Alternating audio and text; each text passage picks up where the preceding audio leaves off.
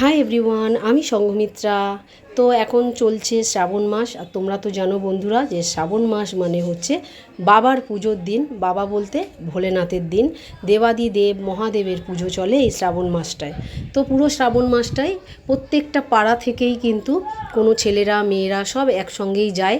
কেউ কেউ যায় তারকেশ্বর, কেউ কেউ যায় ভূতনাথ, আবার কেউ কেউ যায় বড় কাচারি। তো আমাদের পাড়া থেকে সবাই রেডি হয়ে গেছে তারকেশ্বর যাবে বলে। আর দেখতে পাচ্ছ বাঘ রেডি, সবাই সন্ধ্যে থেকেই রেডি করা শুরু করে দিয়েছে।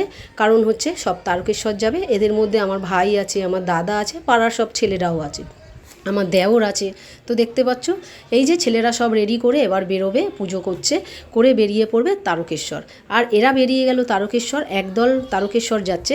আবার এদিকে আমার ভাইরাও রেডি হয়ে গেছে, ওরাও যাবে তারকেশ্বর। ও সবার শেষে যাচ্ছে, ও রেডি হয়ে নিচ্ছে, এই জন্যে ওর দেরি হয়ে গেল।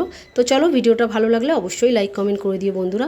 টাটা, লাভ ইউ, সবাই ভালো থেকো।